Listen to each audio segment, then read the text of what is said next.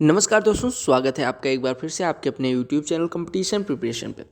दोस्तों, सीजीएल 2020 की प्रिपरेशन करने वालों के लिए एक अच्छी खबर है। वो ये है कि आज एसएससी ने फाइनली आपकी फाइनल वैकेंसी निकाल दी है 2020 के लिए। यानी रिवाइज्ड वैकेंसी जो निकालते हैं, ये पहले कम वैकेंसी निकालते हैं, फिर और वैकेंसीज कंफर्म होती हैं तो वो जोड़ के निकाल देते हैं। अब इससे 0.01% चांस होगा कि इससे ज़्यादा वैकेंसी मतलब बढ़ जाए। अब लास्ट मोमेंट पे कोई एक डिपार्टमेंट आए और कहे 2000 पद मेरे ले लो, एग्ज़ाम करवा लो, मतलब मुझे भी दे देना कर्मचारी, तो हो सकता है। अदरवाइज़ ये समझ लीजिएगा फाइनल वैकेंसी है। हाँ, थोड़ी सी अच्छी खबर यह है कि वैकेंसीज थोड़ी सी बढ़ी हैं। देख लेते हैं कि किस में कितनी वैकेंसीज हैं। पीडीएफ मैंने ऑलरेडी टेलीग्राम चैनल पर शेयर कर दिया। अगर आपको चाहिए तो लिंक डिस्क्रिप्शन में, उधर चले जाइए, ज्वाइन कर लीजिए। एसएससी की कोई भी अपडेट होती है सबसे पहले उधर मिल जाती है, राइट। तो टेलीग्राम चैनल की लिंक डिस्क्रिप्शन में। देखिएगा, इन्होंने कहा है कि जोन वाइज या स्टेट वाइज वैकेंसीज एसएससी ने नहीं कलेक्ट करी हैं। आपको डिपार्टमेंट और ग्रेड पे वाइज वैकेंसी जिन्होंने दी हैं वो देख लीजिएगा, और कैटेगरी वाइज भी दी हैं। देखो, इन्होंने कहा कि एओ की कुल 250 वैकेंसीज हैं, जो कि पहले भी 250 ही थी। आपसे कहा गया जो सीएसएस है, सीएसएस की 151 वैकेंसीज है, काफ़ी कम है, मतलब काफ़ी कम, क्योंकि सीजीएल 2018 में 955 वैकेंसीज हैं। अब एक साल इतनी ज़्यादा रिक्रूटमेंट हो गई है तो अभी थोड़ा उधर रिक्तियाँ भी कम होंगी, यानी कि वैकेंट पोस्ट भी कम होंगी। ये सारी 4600 ग्रेड पे हैं, और एक ही गेस्टेड पोस्ट होती है, वो होती है एओ, तो 4800 ग्रेड पे वाली, तो उसकी 250 वैकेंसीज हैं। ठीक है। जनरल के लिए आप देख सकते हैं 103 है, ईडब्ल्यूएस 25 है, ओबीसी 67 है, SC 37 और ST के लिए 18 है। ठीक है। इसके लिए आपको Tier 4 नहीं देना पड़ता। अगर बात करें CSS के लिए, यानी जो ASO इन CSS होता है, उसकी 151 वैकेंसीज है, इसमें आपको CPT देना पड़ता है। ये 4600 ग्रेड पे की पोस्ट होती है, आप कैटेगरी वाइज देख सकते हैं। अगर बात करें IB के लिए, तो IB के लिए 23 वैकेंसीज है, इसमें CPT नहीं देना पड़ता, और कलर ब्लाइंड के लिए ये एलिजिबल भी नहीं है। कलर ब्लाइंड जो कैंडिडेट्स हैं वो इसके लिए एलिजिबल भी नहीं है। एमईए के लिए, एमईए की वैकेंसीज ऑलरेडी कम थी, 89 उतनी ही है शायद। AFHQ 88 थी भी, अभी भी उतनी ही है। आर्म फोर्स हेडक्वार्टर, ये दोनों भी 4600 है। ठीक है। इलेक्शन कमीशन की 4 वैकेंसीज थी, जिसमें यूआर के लिए कोई वैकेंसी नहीं है, ईडब्ल्यूएस के लिए भी नहीं है, एक SC के लिए और 3 OBC के लिए, तो ये आपके लिए समझ लो है ही नहीं। ठीक है, अगर आप इस कैटेगरी से नहीं हैं। माइटी में, मतलब ministry of electronics and information technology के लिए, इसमें टोटल 5 वैकेंसी है। ये कहने को होती है बहुत कम वैकेंसी इस बार रिपोर्ट करी है इस डिपार्टमेंट ने। ठीक है। अगर मैं बात करूँ CBC के लिए, तो 2 वैकेंसीज हैं। NTRO के लिए 6 वैकेंसीज हैं, ये भी 4600 ग्रेड पे की पोस्ट होती है, इसमें CPT लगता है, और इसमें कलर जो ब्लाइंड कैंडिडेट्स होते हैं वो एलिजिबल होते हैं। ये जो NA लिखा हुआ है, इसका मतलब नॉट एप्लीकेबल, यानी कि इसमें CPT DEST दोनों नहीं, यानी जो Tier 4 होता है वो ज़रूरत नहीं है। ठीक है। तो ये आप पढ़ते रहिएगा, जो भी पोस्ट आपको चाहिए उसके रिगार्डिंग। यहाँ पे BPR का, डेवलपमेंट कोस्ट गार्ड हेडक्वार्टर का, या कई सारे मिला के B14 से लेके B14 तक 18 तक का, इसमें टोटल 14 वैकेंसीज हैं। 7 UR के लिए हैं, 2 EWS के लिए, 2 OBC के लिए, 2 SC के लिए, 1 ST के लिए। इसमें भी नॉट एप्लीकेबल होता है CPT, ये भी देख सकते हैं आप। NTRO बता ही दिया मैंने। मिनिस्ट्री ऑफ माइंस, ये भी 4600 होती है, ये भी देख सकते हैं आप। नहीं, ये 4600 नहीं, ये 4200 होती है। मिनिस्ट्री ऑफ माइंस वाली पोस्ट जो होती है 4200 होती है, असिस्टेंट वाली। ठीक है, इधर से। और ऐसे मिनिस्ट्री ऑफ कॉर्पोरेट अफेयर्स, ये भी असिस्टेंट होता है, ये भी 4200 होता है, इसकी वैकेंसीज देख सकते हैं। CBDT, अब सबसे इंपॉर्टेंट जिस पोस्ट के लिए आप आए होंगे, इनकम टैक्स है, उसकी 202 वैकेंसीज है, ठीक ठाक वैकेंसीज हैं। और आपको बताया है इन्होंने कि 66 है, जिसमें UR के लिए, 24 EWS के लिए, और बाकी सारी मिला के।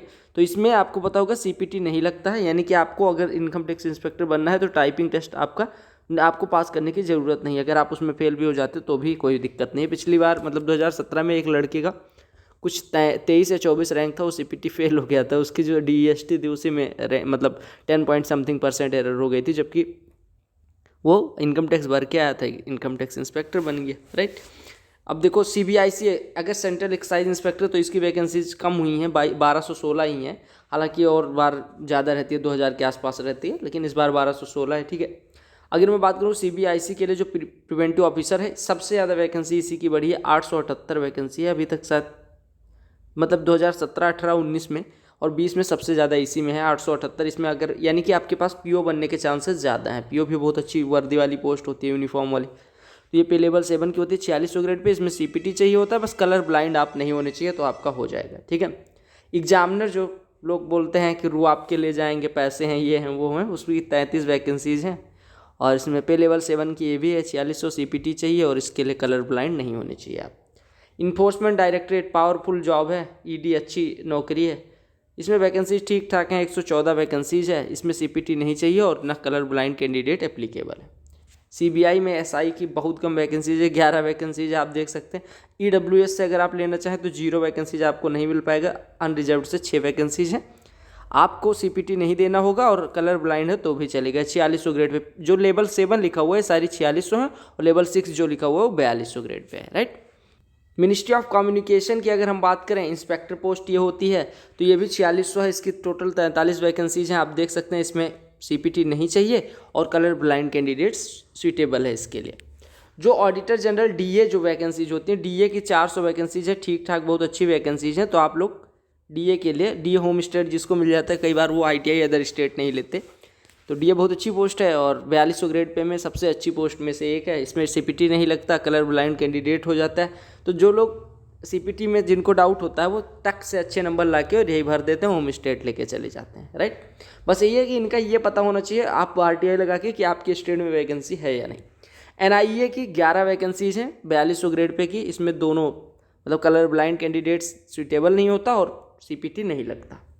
Statistics and program implementation GSO की 401 वैकेंसीज है। देखो सबसे ज़्यादा अगर आपको दिख रही होगी तो CGA और CGDA, CGA की 500 हो गई है, शायद ये बढ़ी है, और जो CGDA है उसकी 200। ये ऑडिटर पोस्ट होती है 2800 ग्रेड पे लेवल 5 जो होता है वो 2800 ग्रेड पे होता है। इसमें आपको जो कैग होता है इसमें आपको CPT नहीं देना होता, और जो CGDA होता है इसमें आपको 18 से 27 साल वाले में शायद देना पड़ता है। ये क्या लिखा हुआ है ये समझ नहीं आ रहा है, ठीक है। एज लिमिट लिखी हुई है ना, यहाँ पे NA लिखना चाहिए लेकिन ये पता नहीं क्या लिखे हैं, ये आप एक बार कंफर्म कर लीजिएगा पुरानी वैकेंसी से, ठीक है। और NTRO की वैकेंसी 1 है तो उससे कोई मतलब नहीं है क्योंकि कैटेगरी की है, तो अगर आप UR से हैं तो आपको मिल नहीं पाएगी। ये जो है controller and general of accounts यानी अकाउंटेंट और जूनियर अकाउंटेंट, इसकी 661 वैकेंसीज है। ये अच्छी पोस्ट है, पे लेवल 5 2800 ग्रेड पे में, ये शायद नई आई है। आप देख सकते हैं 300 वैकेंसी UR की है जिसमें 73 EWS की है और OBC के लिए, SC और ST के लिए टोटल 661 वैकेंसीज है। आपको वो भी नहीं चाहिए, CPT भी नहीं चाहिए, और आपसे कहा गया सब्सिक्वेंट पेज में ये देखिएगा कि कलर ब्लाइंड कैंडिडेट्स एप्लीकेबल है या नहीं, ठीक है। तो कलर ब्लाइंड ज़्यादातर लोग होते भी नहीं हैं तो कोई दिक्कत है नहीं। मिनिस्ट्री ऑफ टेक्सटाइल में 203 वैकेंसी है, ये भी अच्छी वैकेंसीज है। यहाँ पे आप पे लेवल 4 यानी कि 2400 ग्रेड पे हो जाता है, यहीं से शुरू होता है आपका, तो आपको कोई दिक्कत नहीं है। 18 से 27 साल एज लिमिट भी देखते रहिएगा, राइट। और इसमें कई सारी वैकेंसीज हैं जैसे directorate general of defence states, ministry of मतलब MIT की 2400 वाली, तो इसको हम बेसिकली सीनियर सेक्रेटरीट असिस्टेंट बोलते हैं या UDC बोलते हैं, ठीक है। तो ये पे लेवल 4 की पोस्ट होती है। और जो CBDT होता है यानी कि CBDT का TA, इसकी वैकेंसीज 1085 है, ठीक ठाक वैकेंसीज है। तो अगर आपको TA बनना है, इससे इनकम टैक्स इंस्पेक्टर में जाने के काफ़ी अच्छे चांस होते हैं। पहले 4 से 5 साल में लोग बन जाते थे, पहले 2 से 2.5 साल में सीनियर TA बनते थे 4200, और उसके बाद में फिर चले जाते थे इनकम टैक्स इंस्पेक्टर बन जाते थे। तो 5 से 6 सालों में आप अगर ठीक ठाक डिपार्टमेंटल एग्जाम वगैरह पास कर लेते थे तो ITI बन जाते थे। तो इस वजह से कुछ लोग जिनके बहुत अच्छे नंबर नहीं है, जिनको लगता है कि ITI उनको लेना ही लेना है और उनके उतने अच्छे नंबर नहीं है, तो वो कई बार CBDT ले लेते हैं। अच्छी पोस्ट है, 1085 आपकी वैकेंसीज़ हैं। आप देख सकते हैं UR के लिए इतनी है, अनरिजर्व्ड OBC सबके लिए। और DEST यानी टाइपिंग टेस्ट जो होता है 10 मिनट में 2000 की डिप्रेशन, वो आपको 15 मिनट में, तो वो आपको करना होता है और इसमें कलर ब्लाइंड कैंडिडेट सूटेबल होता है। अगर मैं बात करूँ वहीं CBIC सेम पोस्ट होती है, बस ये GST में होता है और ऊपर वाला इनकम टैक्स में होता है। वही अंतर है जैसे GST इंस्पेक्टर होता है, मतलब कि जिसको हम एक्साइज इंस्पेक्टर बोलते हैं, GST आने के बाद GST इंस्पेक्टर हो गया और इनकम टैक्स इंस्पेक्टर हो गया। तो CBDT बेसिकली इनकम टैक्स विभाग है और ये एक्साइज वाला है, ठीक है। तो इसमें 354 वैकेंसीज है, इसमें वैकेंसीज कम है और मतलब इसकी कट ऑफ सबसे कम जाती है। अभी तक तो ऐसा ही हुआ है, इसकी कट ऑफ सबसे कम गई है। ये भी 2400 ग्रेड पे सेम DST चाहिए और सूटेबल है कलर ब्लाइंड कैंडिडेट्स। और जो CBN है मतलब central bureau of narcotics sub inspector, ये 2400 ग्रेड पे की पोस्ट होती है। इसकी 5 वैकेंसी है जिसमें 4 जनरल की है, 1 शायद SC या ST की है। तो इसके लिए DST भी नहीं देना पड़ता और कलर ब्लाइंड है तो भी आप एप्लीकेबल नहीं होते। तो टोटल जो आपकी वैकेंसीज है आप देख सकते हैं कि 7035 वैकेंसीज हो गई हैं, जिसमें 2891 मैं लिख दे रहा हूँ यहाँ पे वैकेंसीज 7035 ये आपकी वैकेंसीज हैं। 2891 इसमें UR के लिए हैं, ठीक है, और 730 EWS के लिए हैं, 1858 शायद, हाँ 1858 OBC के लिए हैं, SC के लिए हैं 1046 और 510 ST के लिए। तो ये आपकी वैकेंसी का ब्रेकअप हो गया। ब्रेकअप मतलब कि तोड़ तोड़ के अलग कैटेगरी वाइज मैंने बता दी। और बाकी PHOH जो ओरली हैंडीकैप्ड या हैंडीकैप्ड लोगों के लिए वो अलग वैकेंसी आप ये देख पा रहे होंगे कि इधर ये लिखी हुई है, राइट। अगर हम बात करें कुछ एक वैकेंसीज और हैं जो कुछ स्पेशल एलिजिबिलिटी के साथ या अलग जोड़ दी जाती हैं, ये बाद में जोड़ी गई हैं। मतलब मैं ये नहीं कह रहा कि बाद में जोड़ी गई, बाद में ये उतनी जो 7035 वैकेंसी है उसके बाद है। इसमें बहुत कम वैकेंसी जो होती है, देखो टोटल यहाँ पे 14 वैकेंसी और है। इसमें ME में जो पे लेवल 6 यानी 4200 ग्रेड पे, ये 4200 ग्रेड पे है ये वाला, ये भी 4200, ये भी 4200, ये भी 4200, ये भी 4200। तो देख सकते हैं आप यहाँ पे 4200 की टोटल 14 वैकेंसीज और हैं, देख लीजिएगा डिपार्टमेंट्स वगैरह। और ऐसे यहाँ पे देख पा रहे होंगे अगर कि 2400 ग्रेड पे की कुछ एक वैकेंसीज और हैं अकाउंटेंट की, ये देखिए टोटल 661 वैकेंसीज और हैं, तो ये आप मान सकते हैं।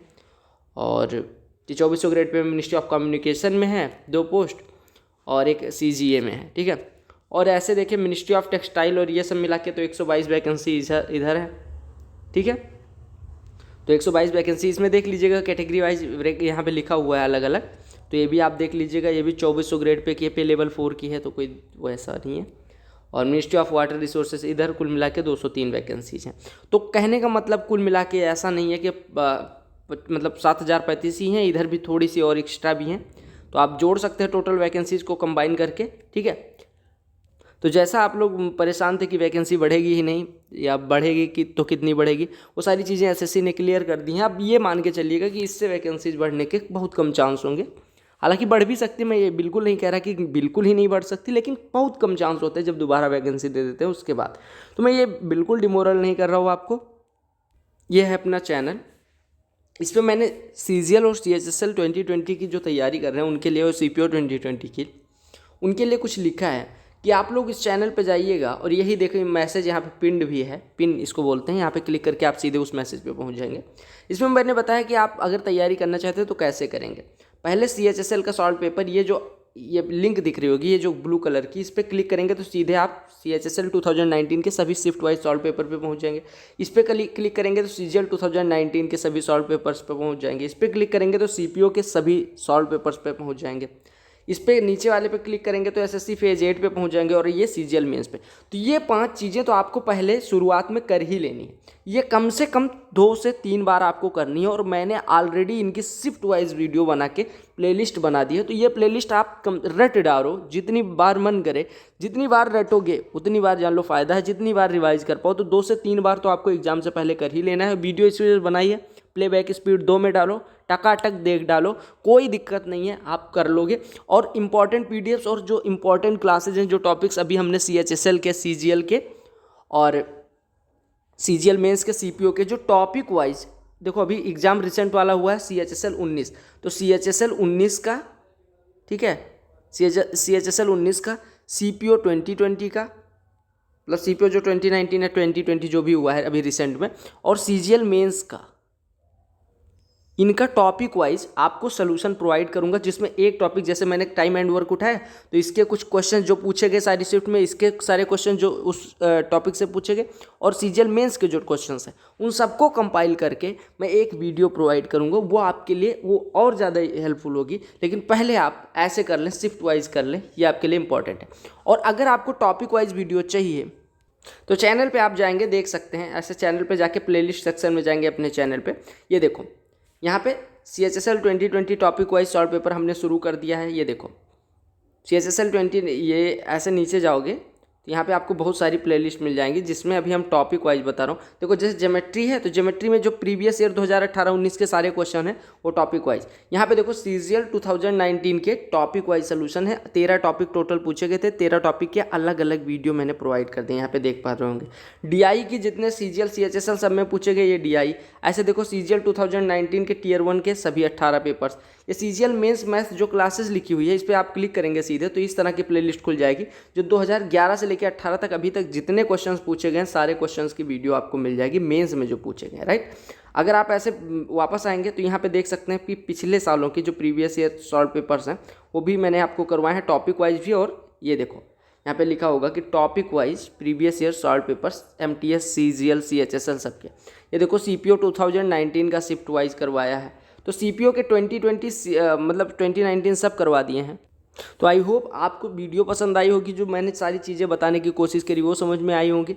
तो अगर वीडियो पसंद आई है तो वीडियो को लाइक करिएगा, टेलीग्राम चैनल से ज़रूर जुड़ें, और अगर शेयर नहीं किया वीडियो तो शेयर कर देना। चैनल पर नए होना सब्सक्राइब कर लेना, क्योंकि इस चैनल पे आप देख सकते हैं यूजफुल वीडियोज़ ही मिलती हैं, कोई बकवास नहीं, बस यूजफुल वीडियो। और बाकी हाँ थोड़ा सा और इम्पॉर्टेंट है कि 25 फरवरी को यानी यही जो आने वाले 2 दिन बाद है, इसको मोदी रोजगार दो एक हैशटैग चल रहा है, मोदी रोजगार दो, ट्विटर पे सुबह 11 बजे से ये हमारा हैशटैग होगा, जिसके साथ हमें ट्वीट करना है ताकि हमारी जो भी भर्ती मतलब प्रक्रियाओं में कोई भी रिफॉर्म लाने की ज़रूरत है यानी सुधार करने की ज़रूरत है, उस सुधार को लेकर हम मांगे पूरी कर पाएँ। Bye bye, take.